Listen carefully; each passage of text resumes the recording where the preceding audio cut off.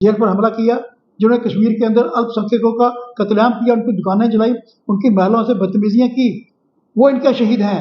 जो वास्तव शहीद हैं, मकबूल शेरवानी जैसे मास्टर मिर्जा हुए, इन्होंने उस वक्त कबायलियों का मुकाबला किया, उनके बारे में इनके मुंह से जिक्र नहीं निकलता है।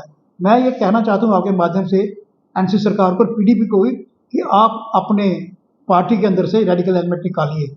अगर आप चाहते हैं स्टेट मिले, अगर आप चाहते हैं नेशनल मेन स्ट्रीम में आना, तो ये आपका प्राइमरी काम है, ये स्पेड वर्क है, इसके करना बड़ा आवश्यक है। अब लोगों के दिमाग में डालना पड़ेगा कि वो पुरानी बातें भूल जाइए, देश आगे निकल गया है, देश आगे बढ़ रहा है इकॉनमी भी, लेकिन ये इनके लोग दिमाग के लोगों में अभी वो ऑटोनॉमी और आज़ादी और वो सेल्फ रूल, वो सारे अभी तक दिमाग में हैं। और जितनी जल्दी इनके दिमाग से वो चीज़ें निकालेंगे, उतनी जल्दी मेन स्ट्रीम में आएंगे, स्टेटहुड भी मिलेगा। हालात ठीक हो जाने दिए, अभी स्टेटहुड मांगने का कोई औचित्य नहीं है। कश्मीरी पंडित कश्मीर से बाहर हैं, माइग्रेंट और भी हैं, हर जाति के हैं, वो भी बाहर हैं। अभी जब डिमांड हुई थी यहाँ कश्मीर हर जिले में एक सैनिक कॉलोनी बनाने का, क्यों नहीं, कश्मीरी मुसलमान भी तो सैनिक सेना में हैं। करगिल व्यवहार में 8 कश्मीरी मुसलमान शहीद हुए थे, तो उनकी सैनिक कॉलोनी बनाने का माहौल तो बनाइए आप। अब फारूक साहब का बयान आता है कि किसने रोका है कश्मीरी पंडितों को आने के लिए। साहब, जिन लोगों ने उनकी ज़मीनें कब्जा की हैं, जिन लोगों ने शमशानें कब्जा की हैं, जिन्होंने मंदिरों की ज़मीन कब्जा की, आप आगे होकर चुराइए ना, वॉलंटियर हो गए। आपके टाइम में सारी बीमारी फैली थी, आपके होते हुए सब कुछ हुआ था। तो आप एक एग्जाम्पल पेश कीजिए। एनसी सबसे बड़ी पार्टी है कश्मीर के अंदर, ये मानने में कोई इतराज़ नहीं है। सबसे ज़्यादा जिम्मेवारी इनकी है कि वहाँ के हालात ठीक करें। आज हालात ठीक होते हैं, कल आपको स्टेटमेंट मिल जाएगी। ये कमिटमेंट है भारतीय जनता पार्टी सरकार की पार्लियामेंट के अंदर। लेकिन उन्होंने कहा कि जब उपयुक्त समय आएगा, उपयुक्त समय लाने के लिए दोनों पार्टी को, कश्मीर की जो बड़ी पार्टियां हैं, उनका कोई कदम उस तरफ उठाया नहीं जा रहा।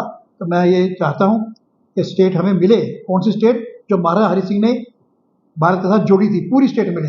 लेकिन उसके लिए हालात ठीक करने की जिम्मेवारी इनकी है, क्योंकि हालात खराब करने के मुजरिम यही हैं। देश की राजनीति में इसका बड़ा महत्व है। यहाँ की ruling party national conference Delhi जा रहे हैं स्टेटहुड की डिमांड करने के लिए। ये वो डिमांड है जो पहले ही मानी गई है, लेकिन इससे पहले जो स्पेड वर्क करना होता है, जो तैयारी करनी होती है, वैसी कोई तैयारी नहीं है। नेशनल कॉन्फ्रेंस के बीच और यहाँ के प्रशासन के बीच रेडिकल एलिमेंट इस तरह छाया हुआ है कि वो किसी भी सरकार के कार्यक्रम को प्रभावित करता है। अभी जो टेक्स्ट बुक जो आए हैं समग्र शिक्षा के, उसमें जो चीज़ सामने आई है कंट्रोवर्शियल, जिसमें नेशनल हीरोज़ को बताया नहीं गया, विलन्स को हीरो बताया गया है। इसके पीछे भी सरकार के और प्रशासन के अंदर बैठे हुए उन रेडिकल एलिमेंट का, सेपरेटिस्ट का, जो अलगाववादी तत्व हैं, उनका हाथ है। और मैं ये मांग कर रहा हूँ कि सरकार को पहले प्रशासन को और अपनी पार्टी के अंदर की सोच को ख़त्म करना पड़ेगा।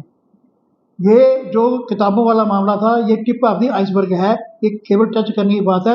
अंदर कितना जाल फैला हुआ है, इसकी इंक्वायरी करने की आवश्यकता है। हमारे एलजी साहब जब कोई रेडिकल एलिमेंट को या अलगाववादी या टेररिस्टों के समर्थकों को प्रशासन से बाहर निकालते हैं, तो नेशनल कॉन्फ्रेंस और पीडीपी ये उस बात का प्रश्न करती है, हर बार उन लोगों के समर्थन में आ जाते हैं।